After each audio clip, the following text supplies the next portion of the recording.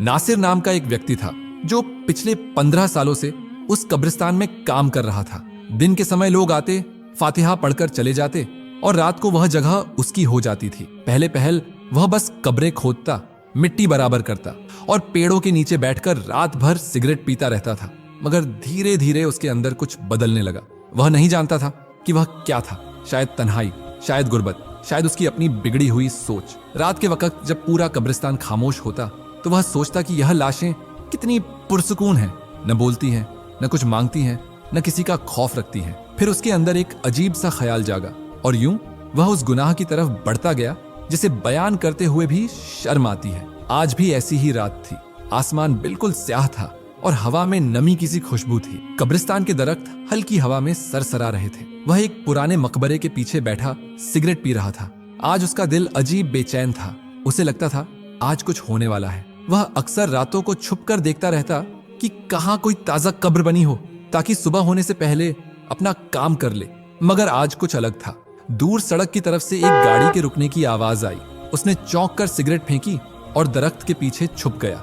कब्रिस्तान के इस हिस्से में रात के वक्त कोई नहीं आता था। उसने सांस रोकी और देखने लगा। सड़क पर एक सफेद गाड़ी रुकी। उसकी हेडलाइट्स कब्रिस्तान की दीवार पर पड़ रही थी। गाड़ी के अंदर 2 नौजवान बैठे थे। कुछ देर वह बैठे रहे जैसे कुछ सोच रहे हों। फिर दोनों ने दरवाजे खोले और बाहर निकल आए। उसके दिल की धड़कन तेज हो गई। उसने देखा उन्होंने गाड़ी का पिछला दरवाजा खोला। अंदर कोई लंबा सा पैकेट रखा हुआ था, जैसे कपड़े में लिपटा जिस्म। दोनों ने बड़ी एहतियात से वह पैकेट बाहर निकाला। उसे फौरन अंदाजा हो गया कि वह किसी की लाश है। उनके चेहरों पर घबराहट थी, जैसे वह कुछ गलत कर रहे हों। एक बोला, जल्दी करो, किसी ने देख लिया तो मुसीबत हो जाएगी। दूसरा बोला, मैंने कहा था रात का वक्त बेहतर है, सुबह का इंतजार करते तो सब देख लेते। वह यह सब देख रहा था। वे कब्रिस्तान के एक कोने में गए जहां कुछ खाली जगह थी। उन्होंने बेलचे से जमीन खोदना शुरू कर दी। मिट्टी हटती गई और आधे घंटे बाद वहां एक गहरा गड्ढा बन गया। फिर दोनों ने लाश को नीचे उतारा।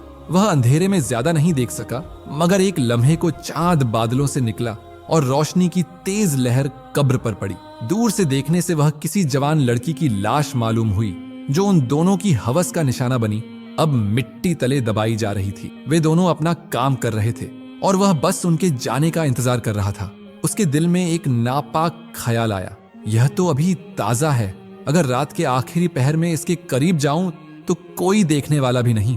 उसने सर झटकने की कोशिश की, मगर वह ख्याल जैसे दिमाग में जड़ पकड़ चुका था। वे दोनों नौजवान जल्दी जल्दी मिट्टी डालने लगे। एक लम्हे को उसने महसूस किया कि उनकी हरकतों में कुछ अजीब सापन है, जैसे दफनाने से पहले वह कुछ कर रहे हों। वह साफ नहीं देख पाया, मगर अंदाजा हुआ कि वे लड़की के जिस्म के साथ कुछ नाजेबा हरकतें कर रहे हैं। उसकी सांस अटक गई। उसके दिल में गुस्से के बजाय एक और तरह का ख्याल आया, यह सब करके जा रहे हैं और मैं तो यहाँ का रहने वाला हूँ। इनके जाने के बाद तो कब्र मेरी होगी। उसे अपने अंदर एक खौफनाक सा सुकून महसूस हुआ। कुछ देर बाद वे दोनों मिट्टी बराबर करके हाथ झाड़ते गाड़ी में बैठ गए। गाड़ी की रोशनी धीरे धीरे सड़क के मोड़ पे गायब हो गई। कब्रिस्तान में फिर से खामोशी फैल गई। हवा रुकी हुई थी। चांद फिर बादलों के पीछे छुप गया। वह आहिस्ता आहिस्ता अपनी जगह से उठा। उसके हाथ कांप रहे थे, मगर दिल कह रहा था, आज किस्मत तेरे साथ है नासिर, आज की रात खास है। वह कदम कदम चलता उस ताजा कब्र के करीब गया। अभी मिट्टी गीली थी। हाथ लगाते ही ठंडक महसूस हुई। उसने इर्द गिर्द देखा, अंधेरा छाया था। सिर्फ दूर एक बल्ब कब्रिस्तान के दरवाजे पे टिमटिमा रहा था। उसने बेलचा उठाया। पहला वार जमीन पे किया तो मिट्टी की भीनी खुशबू उठी। दूसरा वार, तीसरा वार, मिट्टी हटती गई। उसके दिल की धड़कन तेज से तेज होती जा रही थी, जैसे वह किसी खौफ नहीं बल्कि किसी ख्वाहिश के पीछे भाग रहा हो। जब आधी कब्र खुल गई तो उसने टॉर्च निकाली, रोशनी नीचे डाली। चेहरा अभी मिट्टी से ढका था, मगर उसने कपड़े की झलक देखी। सफेद कफन का किनारा हल्का सा हिल रहा था, जैसे हवा चल रही हो। वह कुछ लम्हे रुक गया। उसके कानों में अपनी ही सांसों की आवाज गूंज रही थी। फिर अचानक उसने वह जुमला खुद से कहा, अब या कभी नहीं, नासिर। और वह झुकने लगा। कफन का सफेद टुकड़ा चमक रहा था, जैसे चांदनी खुद उस पर उतर आई हो। उसने आहिस्ता आहिस्ता हाथ बढ़ाया। दिल जोर जोर से धड़क रहा था। वह सोच रहा था कि कोई देख न ले, मगर रात मुकम्मल खामोश थी। हर तरफ अंधेरा और कब्रों के सिवा कुछ नहीं था। उसने मिट्टी को और हटाया और फिर आहिस्ता से हाथ डाल के लाश को थोड़ा ऊपर खींचा। उसके जिस्म की हरारत उसके बाजुओं में मुंतकिल हो रही थी। वह अभी ताजा लाश थी। उसके अंदर का जुनून अब काबू में नहीं था। उसने कफन के ऊपर से हाथ फेरा और एक लम्हे के लिए सांस रुक गई। वह लड़की वाकई बहुत कम उम्र थी। उसने खुद को रोका, मगर नजर उसके चेहरे पर जाने लगी जो अभी मिट्टी में दबा हुआ था। उसने दिल ही दिल में कहा, एक नजर चेहरा तो देख लूं कौन है जिसे इतनी रात में दफना के गए। उसने कपड़े का किनारा पकड़ा, हाथ कांप रहा था, मगर दिल कह रहा था, देख नासिर, आज की रात तुझे कभी नहीं भूलेगी, बस आखिरी बार कर ले। उसने कपड़ा जरा सा हटाया तो एकदम लगा जैसे वह लाश सांस ले रही हो। वह ठिठक गया, दिल की धड़कन रुक सी गई। उसने खुद को बहलाया, शायद वहम है।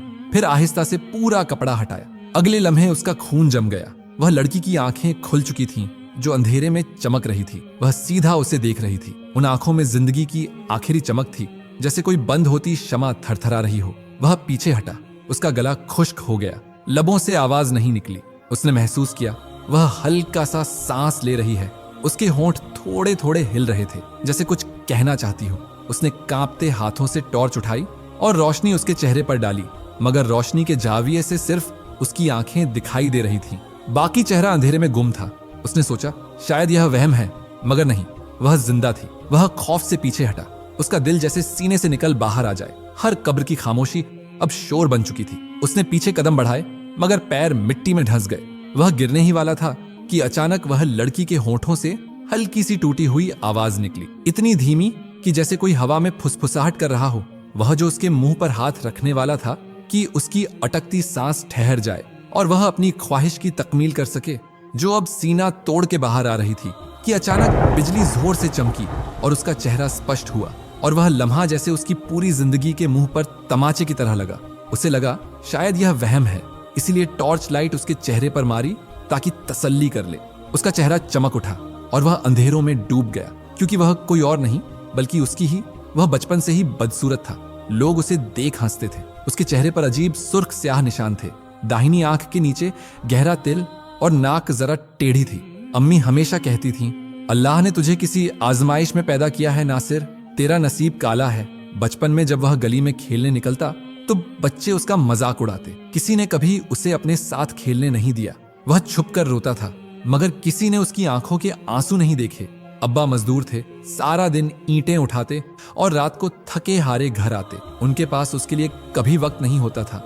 वे उसे देखकर बस एक जुमला कहते, जाके पढ़ाई कर, कम अज कम इंसान तो बन जा। मगर वह क्या पढ़ता? उसका दिल पढ़ने में नहीं लगता था। स्कूल में सब उसे चिढ़ाते, नासिर भूत, नासिर डरावना कहते। वह खामोश रहता, मगर अंदर ही अंदर टूटने लगा। एक दिन स्कूल के लड़कों ने उस पर मिट्टी फेंकी और कहा, ऐसी शक्ल वाले को तो कब्रिस्तान में रहना चाहिए। वह जुमला उसके दिल में कील बन के बैठ गया। शायद उसी दिन उसने पहली बार कब्रिस्तान की तरफ देखा और सोचा, हाँ, शायद मेरी जगह वही है जहां मुर्दे रहते हैं। वहां कोई हंसता नहीं, कोई मजाक नहीं उड़ाता। वक्त गुजरता गया। वह जवान हुआ, मगर उसकी सूरत में कोई फर्क नहीं आया, बल्कि चेहरा और सख्त हो गया। आईना देखता तो खुद से नफरत होती। उसके इर्द गिर्द के लोग एक एक करके जिंदगी में आगे बढ़ते रहे, शादियां करते, हंसते बसते, घर बनाते, और वह हर रोज कब्रिस्तान के करीब बैठा सिगरेट पीता और सोचता, मेरे नसीब में क्या है। अम्मी की वफात जल्द हो गई। उनके बाद अब्बा ने दूसरी शादी कर ली। नई माँ ने उसे कभी बेटा माना ही नहीं। वह हमेशा कहती रही, नासिर, तेरे कदम मनहूस हैं, तेरे साथ कोई खुश नहीं रह सकता। अब्बा भी उसकी बातों में आ गए और एक दिन उसे घर से निकाल दिया। बस एक पुराना बिस्तर और चंद कपड़े दिए और कहा, जा, अपनी जिंदगी खुद जी। वह घर छोड़ के निकल आया। कई दिन भटकता रहा। कभी किसी दरवाजे पे मजदूरी मांगी, कभी होटल में बर्तन धोए, मगर लोग उसकी शक्ल देख के दूर हट जाते, जैसे वह कोई बीमारी हो। फिर एक दिन एक मौलवी कब्रिस्तान के दरवाजे पे बैठे मिले। उसने उनसे पानी मांगा। उन्होंने पूछा, काम करेगा? उसने हाँ कहा। उन्होंने कहा, कब्रें खोदने का काम है, रात को आना। उसने कहा, मुझे रात से डर नहीं लगता। इस तरह उसकी जिंदगी का नया अध्याय शुरू हुआ। उसने कब्रिस्तान में रहना शुरू कर दिया। दिन को मिट्टी बराबर करता, झाड़ू लगाता और रात को वहीं किसी पेड़ के नीचे सो जाता। शुरू में दिल घबराता था, मगर फिर धीरे धीरे वह मुर्दों का आदी हो गया। उसे उनसे डर नहीं लगता था, बल्कि अजीब सा सुकून मिलता था। उनके पास जाके बैठता, उनसे बातें करता, उनके नाम पढ़ता। कभी कभी किसी ताजा कब्र पे हाथ रखता और सोचता, शायद इसके अंदर कोई मुझ जैसा हो जो दुनिया की बातों से तंग आके सो गया हो। वह दिन ब दिन खामोश होता गया। लोग कहते, यह पागल है, मगर वह पागल नहीं था, वह बस तन्हा था। उसकी तन्हाई अब उसका साया बन गई थी। कभी कभी रात को किसी जनाजे के बाद औरतों की चीखें सुनता तो दिल में अजीब सा दर्द होता। सोचता, काश कोई मेरे लिए भी इस तरह रोए, मगर जानता था उसके लिए कोई नहीं रोने वाला। वक्त के साथ साथ वह अपनी ही सोचों में गुम रहने लगा। उसे दुनिया झूठी लगने लगी, इंसानों के चेहरे मुनाफिक लगने लगे, कोई भी सच्चा नहीं दिखता था। उसने उनसे नफरत करनी शुरू कर दी और शायद इसी नफरत ने उसे अंदर से बदल दिया। वह अब हंसता नहीं था, किसी के दुख पे आंसू नहीं बहाता था। उसे लगता वह जिंदा नहीं है, वह भी उन मुर्दों जैसा है जिन्हें वह रोज दफनाता है। बस फर्क यह है कि वे जमीन के नीचे हैं और वह ऊपर। एक दिन मौलवी साहब ने कहा, नासिर बेटा, तू शादी क्यों नहीं करता? वह मुस्कुरा दिया, कहा, कौन लड़की अपनी जिंदगी मेरे जैसे चेहरे के हवाले करेगी? वे खामोश हो गए। उस दिन उसे ऐसा लगा कि उसका मुकद्दर अकेला रहना है। उसने अपनी किस्मत से समझौता कर लिया, लेकिन अंदर कहीं एक ख्वाहिश जिंदा रही, कोई उसे चाहे, कोई उसके वजूद को महसूस करे। यह ख्वाहिश वक्त के साथ जुनून बन गई।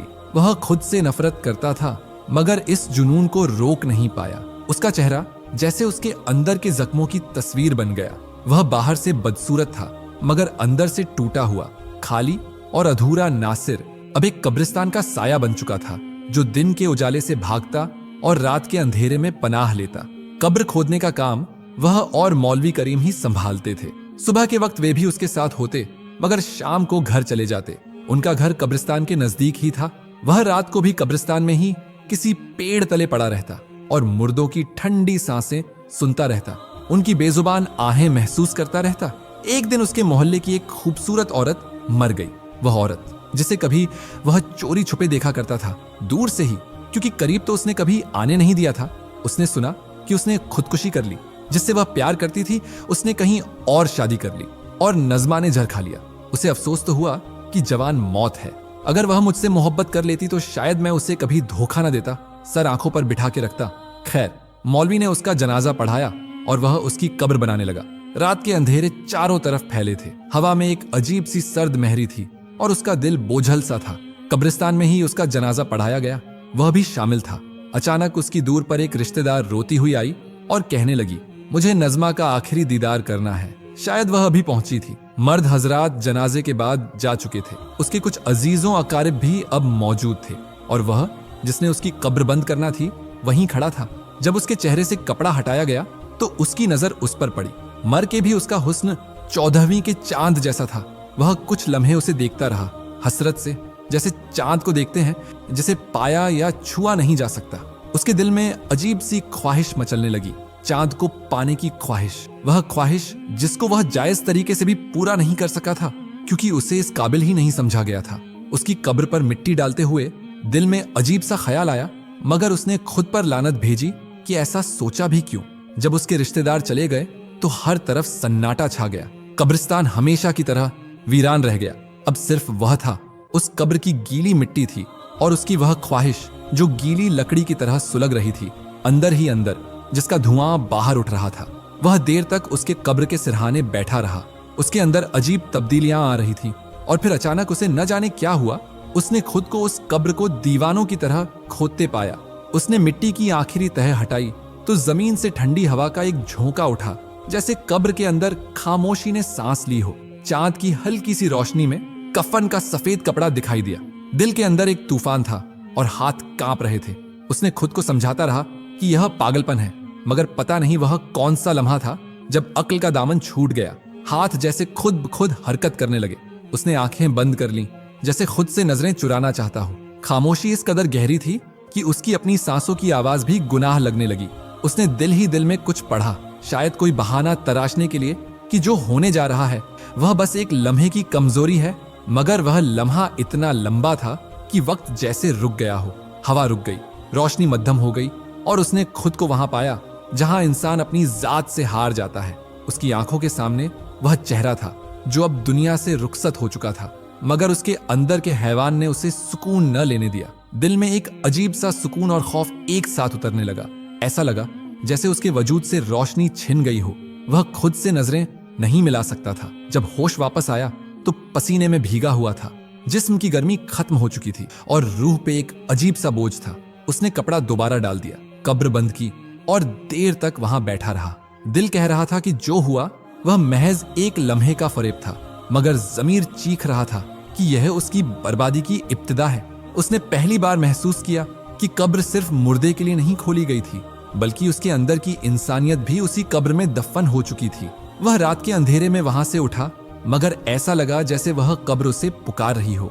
हर कदम के साथ जमीन उसके पांव पकड़ रही थी। वह जानता था अब यह उसका पहला नहीं, बल्कि सबसे पहला और सबसे बड़ा गुनाह था। उस रात के बाद वह बदल गया। उसके अंदर कुछ ऐसा जागा जो शायद कभी मरना नहीं चाहता था। शुरू में उसे बहुत खौफ महसूस हुआ। वह खुद से नफरत करने लगा। जब भी कब्र खोदता तो लगता जैसे अपने ही गुनाह की जमीन हिला रहा हो, मगर वक्त के साथ वह एहसासमंद पड़ने लगा। ज़मीर की आवाज पहले तेज थी, फिर धीमी होती गई। अब वह सिर्फ फुसफुसाहट बन गई। वह दिन में खामोश रहता, मगर रात को जैसे कोई उसके अंदर जाग उठता। वह मुर्दों की ठंडी सांसों के बीच इत्मीनान ढूंढने लगा। अब कब्र उसके लिए सिर्फ मिट्टी नहीं रह गई थी, वह उसका राज थी, उसकी पनाह थी। वह अब खुद को उन मुर्दों से अलग नहीं समझता था। वे भी बेजान, वह भी बेहिस्स। उसने कई बार अपने आप को रोका, मगर न रोक सका। वह जान गया था कि यह गुनाह अब उसकी आदत बन गया है। जब किसी जवान औरत की मौत की खबर आती तो उसके दिल में एक अनजानी ख्वाहिश मचलती। लोग रोते और वह फावड़ा तेज करता। उसे खुद पर गुस्सा आता, मगर साथ ही एक अजीब सा सुकून भी मिलता, जैसे कोई अंदर से बोझ हट गया हो। वह रातों को कब्रों के दरमियान बैठा रहता। हवा थम जाती, चांदनी फीकी पड़ जाती, और वह सोचता, क्या वह अब इंसान है या बस एक साया जो जिंदा रहने के लिए मरने वालों का मोहताज है? कभी कभी अपने आप से सवाल करता, नासिर तू कहां चला गया? जवाब में बस कब्रिस्तान की खामोशी सुनाई देती। अब जिंदगी में दिन और रात का फर्क मिट गया था। वह हर दिन किसी नई कब्र का इंतजार करता और हर रात अपनी इंसानियत को थोड़ा और दफना देता। मौलवी साहब एक दिन उसके पास आए। उनके चेहरे पर हमेशा की तरह सुकून था, मगर उस दिन उनकी आंखों में कुछ परेशानी सी थी। कहने लगे, नासिर बेटा, तुम अकेले हो, जिंदगी का कोई सहारा नहीं। मेरी एक बेटी है सलमा, वह बेवा है। एक 6 साल की बच्ची भी है। कोई उसे रिश्ता नहीं देता। लोग उसके पति की वजह से बात करने से भी हिचकिचाते हैं। मैं चाहता हूं तुम उससे निकाह कर लो, इस तरह तुम्हें घर मिल जाएगा और वह भी एक महफूज जिंदगी पा लेगी। वह उनकी बात सुन के कुछ देर खामोश रहा। दिल में एक अजीब सा एहसास पैदा हुआ, जैसे बरसों की तन्हाई का कोई सहारा मिलने जा रहा हो। उसने मौलवी साहब की आंखों में खुलूस देखा तो हामी भर ली। शायद यही वक्त था कि वह अपनी जिंदगी को किसी सिमत दे सके।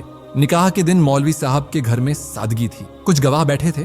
उसने कबूल है कहा और सोचा, शायद अब मेरी जिंदगी बदल जाए। सलमा को पहली बार उसने उसी दिन करीब से देखा। वह तकरीबन 40 साल की होगी। चेहरे पे थकान थी, मगर आंखों में एक ठहरा हुआ दर्द नजर आता था। वह बेवा औरत थी, मगर अंदाज में हया थी। बोलने में नरमी थी, मगर चेहरे पे वक्त की सख्ती के निशान थे। उसकी 6 साल की बच्ची माह खामोशी से माँ का दुपट्टा पकड़े खड़ी थी। उसकी मासूम आंखों में खौफ और अजनबियत थी। उसने उसे देख एक लम्हे के लिए दिल नरम होता महसूस किया, मगर फौरन अंदर से एक अनजानी बेचैनी ने जगह ले ली। दिल चाहा भाग जाऊं, मगर कदम रुके रहे। उसने खुद से कहा, नासिर अब तो यह तेरा घर है, यही तेरी जिंदगी है। निकाह के बाद वह सलमा के साथ रहने लगा। उसने कोशिश की कि उसके साथ अच्छा बर्ताव करे। वह नरमी से बात करती, उसके लिए खाना बनाती, उसकी जरूरतों का ख्याल रखती। सबसे बढ़कर उसके चेहरे को देख मुंह न मोड़ती, मगर वह उसके करीब आके भी खुद को दूर महसूस करता। उसके चेहरे पर मायूसी छुपी नहीं रहती थी। वह समझती थी कि वह उसे कबूल नहीं कर पा रहा, मगर कुछ कहती नहीं थी, सिर्फ खामोशी से उसकी तरफ देखती रहती। कभी कभी वह हिम्मत करके बात करती कि नासिर अगर तुम खुश नहीं हो तो कह दो, मैं सब समझ जाऊंगी। मगर हर बार वह कह देता, नहीं मैं बस थका हुआ हूं, और वह चुप हो जाती। उसकी आंखों में उदासी बढ़ती जाती थी। माँ अक्सर उसके पास आके बैठ जाती, कभी कुछ नहीं कहती, बस अपने छोटे हाथों से उसकी उंगली पकड़ लेती और मुस्कुरा देती। वह उसकी मुस्कुराहट देख के चंद लम्हों के लिए खुद को इंसान महसूस करता, मगर फिर वही खालीपन लौट आता। वह जानता था कि वह सलमा के साथ इंसाफ नहीं कर रहा, मगर खुद को बदल नहीं सकता था। उसके करीब जाता तो दिल में अजीब सा बोझ महसूस होता, जैसे कोई दीवार उसके बीच में खड़ी हो। वह उसे देखता तो अपने गुजरे हुए मांझी की कब्रों को याद करता। उसे लगता जैसे वह फिर वही नासिर बन गया है जो कब्रिस्तान की मिट्टी में सुकून ढूंढता था। सलमा ने अपनी जिंदगी को उसके साथ ढालने की पूरी कोशिश की, मगर वह हर बार उसे एहसास दिलाए बगैर खुद से दूर करता रहा। वह कभी कभार खुद से कहता कि नासिर खुदा ने तुझे मौका दिया है, घर दिया, औरत दी, बच्ची दी, तू क्यों नहीं बदलता?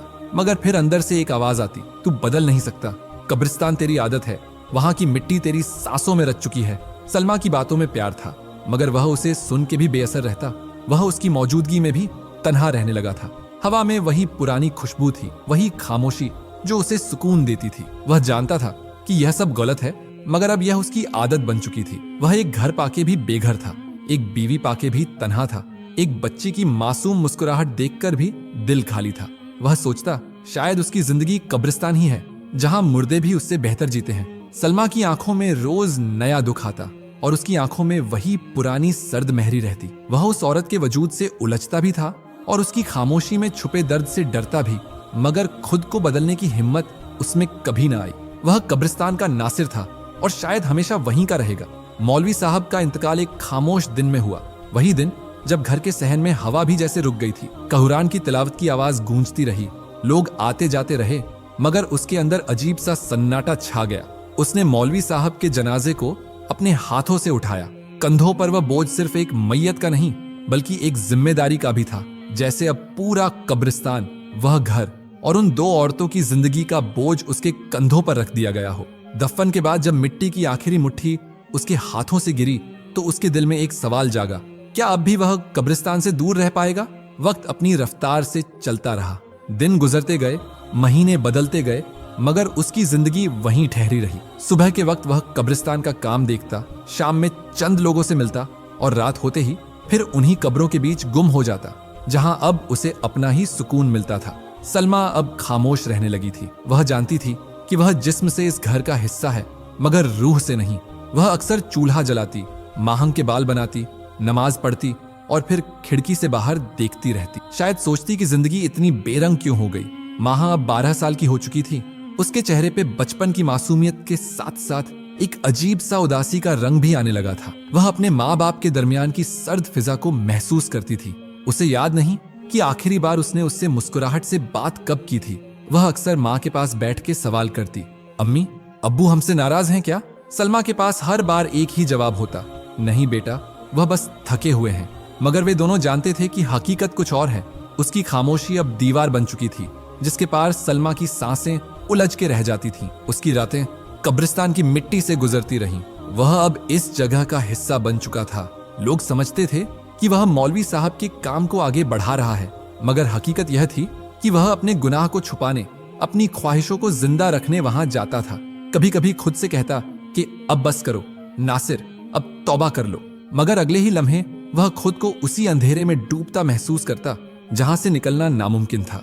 घर में सलमा के चेहरे पे वक्त की थकान बढ़ती जा रही थी। उसकी आंखों के गिर्द स्याह हल्के बन गए और अब वह ज्यादा बोलती नहीं थी। उसके कदमों की आहट सुनते ही दरवाजे तक आ जाती, मगर उसकी नजरें उसके चेहरे से बच के गुजर जाती। वह चाहती थी कि एक रात वह उसके साथ बैठ के दिल की बात करे, उसे बताए कि वह कैसा महसूस करता है, मगर वह जानती थी कि उसका दिल अब कब्रिस्तान की मिट्टी में दफन हो चुका है। उसे लगता था वह भी बस दिखावा करती है। अंदर से उसकी शक्ल से उसे भी नफरत है। जब वह उसके करीब जाता है तो वह मुश्किल से बर्दाश्त करती है, क्योंकि वह शुरू से ही नफरत सहता आया था। इसलिए किसी की हमदर्दी उसे अब झूठी लगती। बस मुर्दा वजूद ही थे जो उससे नफरत करने की सलाहियत न रखते थे। शायद इसीलिए वह अपनी ख्वाहिशात का सुकून उन्हीं के वजूद से पाता था। माहम उसके कदमों की छाप से डरने लगी। उसे लगता जैसे वह जो दिन में खामोश रहता है, रात में कोई और बन जाता है। वह अक्सर अपनी माँ के पहलू में सिमट के सोती, जैसे किसी अनजाने खौफ से पनाह मांग रही हो। कभी कभार वह उसकी तरफ देखता तो दिल के अंदर एक लम्हे को नरमी आती, मगर अगले ही लम्हे उसके गुनाह का साया फिर दिल पे छा जाता। जिंदगी यूं ही गुजर रही थी। घर की दीवारों पर खामोशी उतरती जा रही थी। माहन जवान हो रही थी, सलमा बूढ़ी लगने लगी थी और उसका जमीर रोज थोड़ा थोड़ा मर रहा था। बाहर लोग उसे नेक समझते, कब्रिस्तान का खादिम कहते, मगर उसके अंदर एक जंग चल रही थी। एक तरफ खुदा का खौफ, दूसरी तरफ वह लज्जत जो अब उसके वजूद का हिस्सा बन चुकी थी। रात के वक्त जब सब सो जाते, वह खामोशी से दरवाजा खोल निकलता। चांदनी में उसका साया लंबा होता जाता। कब्रिस्तान के करीब पहुंचकर वह एक लम्हे को रुक जाता। दिल कहता वापस चले जाओ, मगर कदम फिर खुद बढ़ने लगते। सुबह जब वह घर लौटता तो सलमा जाग चुकी होती। उसके चेहरे पे सवाल होते, मगर जुबान खामोश। वह वजू करके नमाज पढ़ता, चेहरे पे सुकून लाने की कोशिश करता, मगर अंदर एक बेनाम सा दर्द सुलगता रहता। दिन महीने, साल सब एक जैसे गुजरने लगे। सलमा अब भी उसके लिए दुआ करती थी, मगर वह जानता था कि वे दुआएं उस तक नहीं पहुंचती। वह शायद किसी और ही आसमान की तरफ उड़ जाती, जहां गुनाह की बू नहीं पहुंच सकती थी। माहम अब जवान हो चुकी थी। उसकी आंखों में वही सवाल रहता, अब्बू आप हमसे इतने दूर क्यों हैं? मगर उसके पास अब भी कोई जवाब नहीं था, सिर्फ खामोशी, सिर्फ वो कब्रिस्तान जो उसके दिल का ठिकाना बन चुका था। उसे अब याद नहीं कि कब से माहम बदलने लगी थी, शायद वक्त के साथ, शायद खामोशियों के बोझ से। मगर उसने पहली बार महसूस किया कि वह उससे कुछ छुपा रही है, जिसे कहने की हिम्मत नहीं। उसने कई बार चाहा कि उसे बात करे, उसके दिल की बात जाने, मगर उसके अंदर कुछ उसे रोक देता। शायद ज़मीर या शायद वह गुनाह जो उसके वजूद में बस चुका था। सलमा अब ज्यादातर खामोश रहने लगी थी। वह माहम पर नजर रखती, मगर उसे नजरें चुरा लेती। कभी कभी वह देखता कि वह उसकी तरफ देख के रुक जाती है, जैसे कुछ कहना चाहती हो, मगर फिर चुप हो जाती। घर में एक अजीब सा सन्नाटा फैल गया था। वह जब बोलता तो उसकी आवाज भी अजनबी लगती। एक रात उसने महसूस किया कि माहा उसके करीब आई। वह शायद कुछ कहना चाहती थी, मगर हिचकिचा गई। उसकी आंखों में वही पुराना खौफ था। उसने आहिस्ता से कहा, क्या हुआ बेटा, कुछ कहना है? वह चंद लम्हे उसे देखती रही, फिर आहिस्ता से बोली, नहीं अब्बू, कुछ नहीं, और कमरे में चली गई। उसके जाने के बाद वह देर तक उसी जगह बैठा रहा। दिल के अंदर एक बोझ सा था, जैसे कोई खामोशी उसके कानों में चीख रही हो। वह अक्सर रात के वक्त जाग जाता, माहों के कमरे के दरवाजे के पास से गुजरता तो वहां हल्की रोशनी दिखाई देती। कभी वह कुरान पढ़ रही होती, कभी चुपचाप बैठी आसमान को देख रही होती। वह एक पल को सोचता, काश वह उससे आम बापों की तरह बात कर पाता, मगर उसके अंदर का खौफ उसे रोक लेता। उसे डर लगता कि अगर उसने उससे ज्यादा बात की तो उसके गुनाह का साया उस पर भी पड़ जाएगा। दिन गुजरते गए, माहंग का रवैया और मुहाफिज हो गया। वह उसे नजरें नहीं मिलाती थी। कभी कभी उसके करीब आती भी तो उसके चेहरे पे एक अनजानी झिझक, एक दबाव सा महसूस होता। उसने उसे कई बार देखा जैसे वह कुछ कहना चाहती है, मगर होंठ बंद कर लेती है। उसके अंदाज में अब वह नरमी नहीं रही जो बचपन में थी। जैसे उसने बहुत कुछ देखा, सहा, मगर जुबान पे कुफ्ल लगा लिया हो। एक दिन उसने देखा कि वह कब्रिस्तान की दीवार के पास खड़ी थी। उसने पूछा, यहाँ क्यों आई हो? वह चौंकी, घबरा के बोली, बस ऐसे ही। उसने कहा, यह जगह अच्छी नहीं है बेटा, अंदर मत जाया करो। वह धीरे से बोली, आप तो हर रात जाते हैं अब्बू। उसके लहजे में एक ऐसी मासूम चुभन थी जिसने उसके वजूद को हिला दिया। वह कुछ कह न सका, बस चुप हो गया। उस रात वह कब्रिस्तान नहीं गया। लंबी देर तक सहन में बैठा रहा। सलमा अंदर सो चुकी थी। माहा के कमरे की खिड़की बंद थी, चांदनी उस पर गिर रही थी। वह सोचता रहा, आखिर माहंग की आंखों में यह खौफ क्यों है? वह उससे क्या छुपा रही है, या शायद वही कुछ छुपा रहा है? दिन गुजरते गए, मगर यह एहसास बढ़ता गया कि कुछ बदल रहा है। माहंग की खामोशी अब सिर्फ शर्म या अदब नहीं लगती थी। उसके अंदर कोई उलझन, कोई राज पनप रहा था। और वह जो दूसरों की कब्रें संभालता था, अब अपने घर के अंदर एक खामोश कब्र के सामने खड़ा था, जिसने शायद एतमाद, मोहब्बत और बाप बेटी के दरमियान का रिश्ता दफन हो चुका था। वह अक्सर खुद से कहता, नासिर, तूने अपनी रूह कब्रिस्तान में छोड़ दी, मगर अब लगता है कि वह अंदर तेरे घर में भी उतर आया है। और तब वह सोचता, शायद बहुत जल्द कुछ होने वाला है, कुछ ऐसा जो उसकी खामोश दुनिया को चीर के रख देगा। वह दिन उसकी जिंदगी का सबसे भारी दिन था। सुबह मामूल के मुताबिक गुजरी। सलमा चूल्हा जला रही थी। वह कब्रिस्तान के कुछ काम निपटा रहा था। माहन ने कहा था कि बाजार जा रही है, कुछ कपड़ा लेना है। उसने इजाजत दे दी, बस इतना कहा कि शाम तक वापस आ जाना। वह मुस्कुरा के बोली, ठीक है अब्बू। मगर वह शाम कभी वापस न आई। सूरज ढला तो सलमा दरवाजे पर खड़ी हो गई। हर आहट पर चौंक जाती, हर गुजरने वाले चेहरे को देख के सवाल करती, नासिर, वह आई क्या? उसने बार बार बाहर निकल के देखा। गली सुनसान थी। दिल में एक अनजाना खौफ सर उठा रहा था। रात होने लगी तो सलमा के चेहरे पे रंग उड़ने लगा।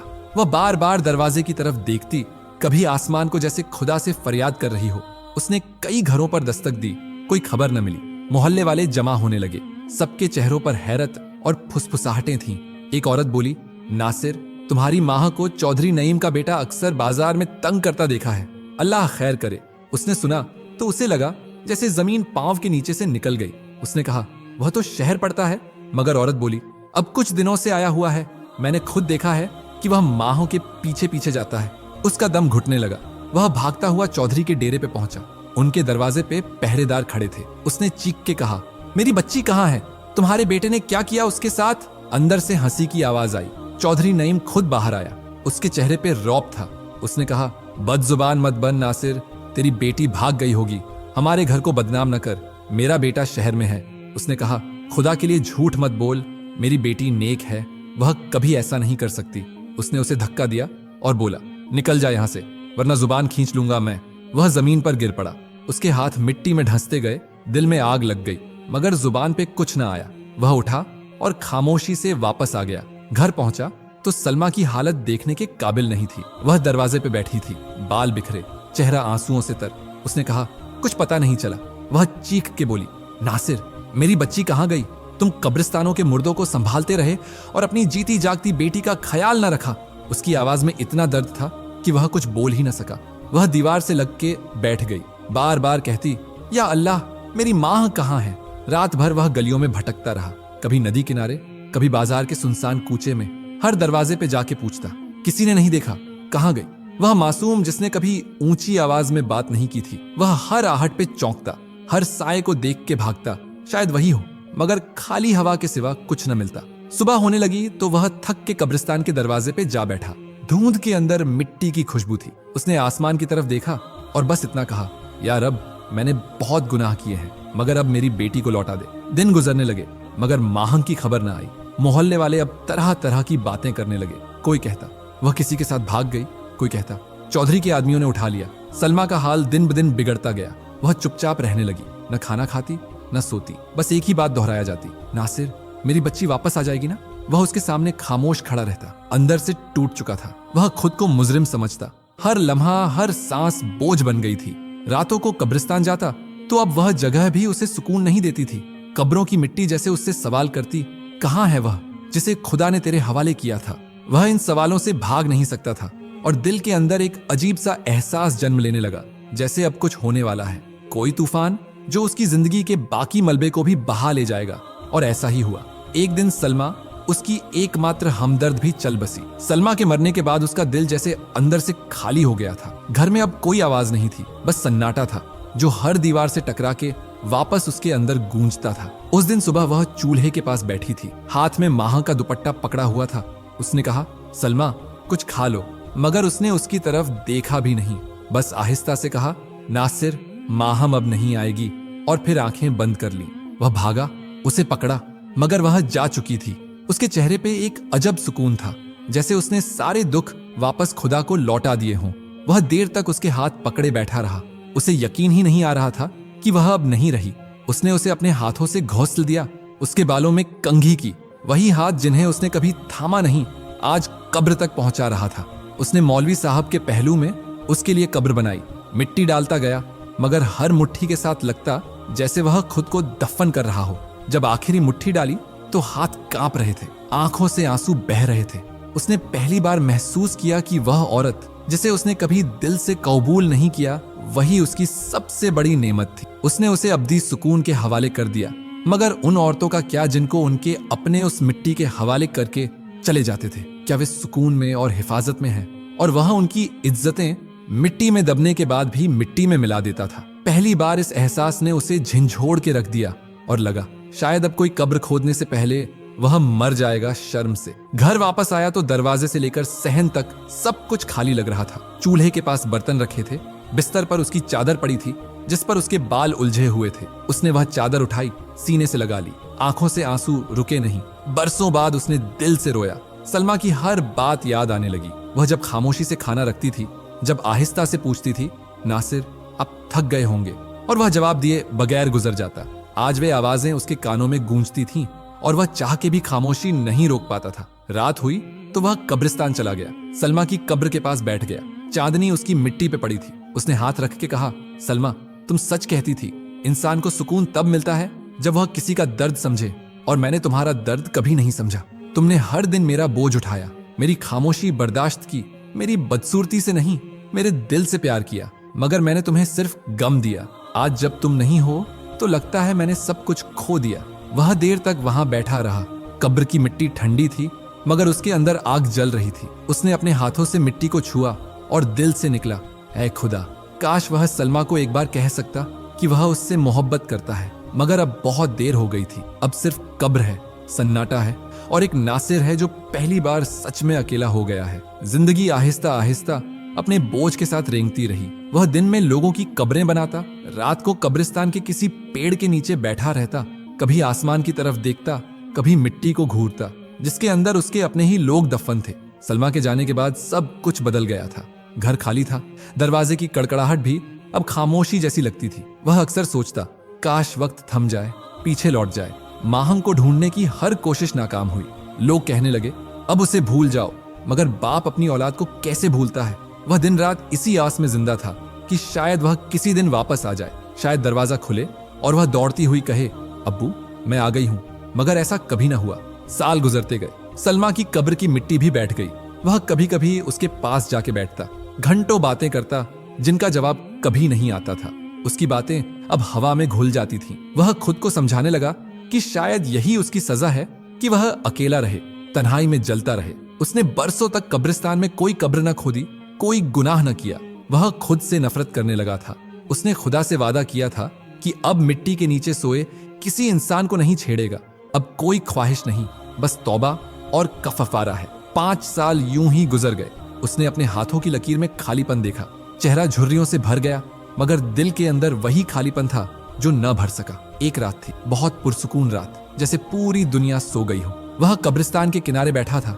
हवा में हल्की सी नमी थी, दरख्तों के पत्तों से शबनम टपक रही थी। उसने दूर से एक गाड़ी की आवाज सुनी। पहले लगा कोई राहगीर होगा, मगर गाड़ी आके ठहर गई।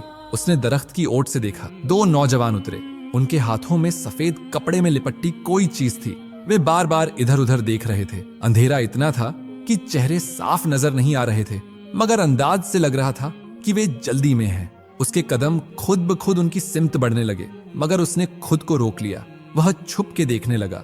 वे गाड़ी के पिछले हिस्से से लाश निकाल रहे थे। उन्होंने जल्दी जल्दी एक गड्ढा खोदा और उस लाश को मिट्टी में उतारने लगे। उसने टॉर्च की मध्यम रोशनी में देखा कि वह एक लड़की की लाश थी। बाल खुले हुए थे और चेहरे पे अभी भी किसी ताजा सांस का निशान लगता था। उसका दिल एक लम्हे को लरज गया। कितनी जवान लग रही थी। वह दरख्त के तने से टेक लगाए बस देखता रहा, जैसे वक्त थम गया हो। वे दोनों जल्दी जल्दी कब्र बंद करके गाड़ी में बैठे और अंधेरे में गायब हो गए। अब कब्रिस्तान में सिर्फ वह था। हवा रुक चुकी थी, दरख्तों के पत्ते हिलना छोड़ चुके थे। वह खामोशी से उठा, उस कब्र के करीब आया। मिट्टी अभी गीली थी। हाथ से छू के देखा तो जैसे अंदर से गर्मी उठ रही हो। उसका दिल तेजी से धड़कने लगा। उसने खुद से कहा, नासिर नहीं, अब नहीं।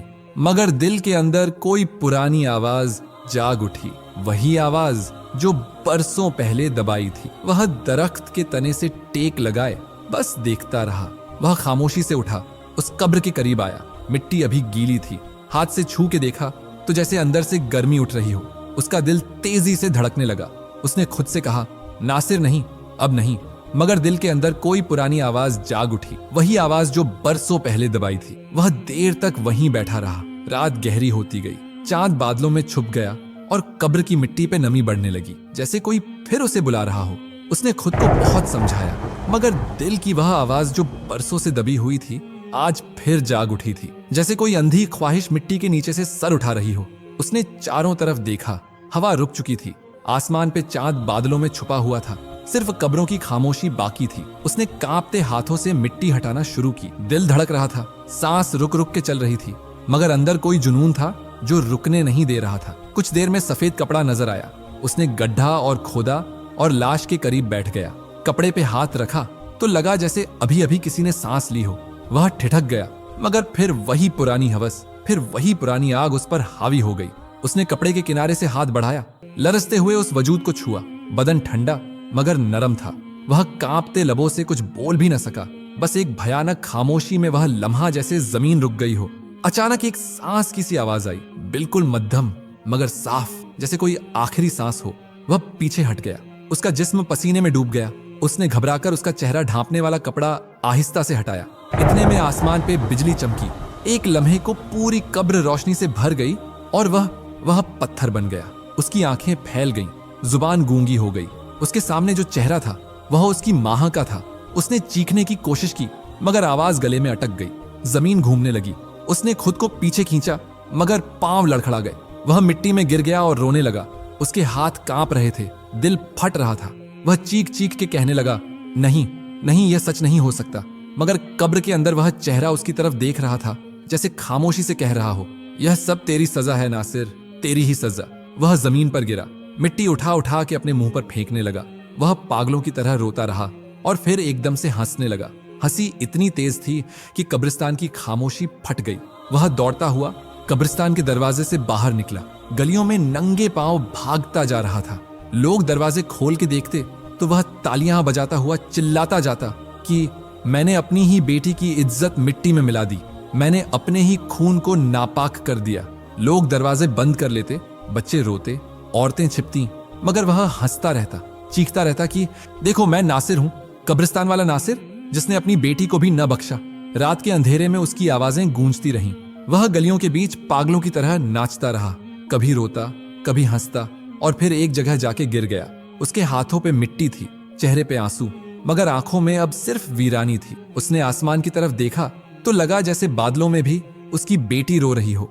उसकी सजा मुकम्मल हो चुकी थी, मगर दिल की चीख अब भी जिंदा थी। वह नासिर जो कभी कब्र खोल के तमन्नाएं पूरी करता था, आज अपनी ही कब्र का कैदी बन चुका था।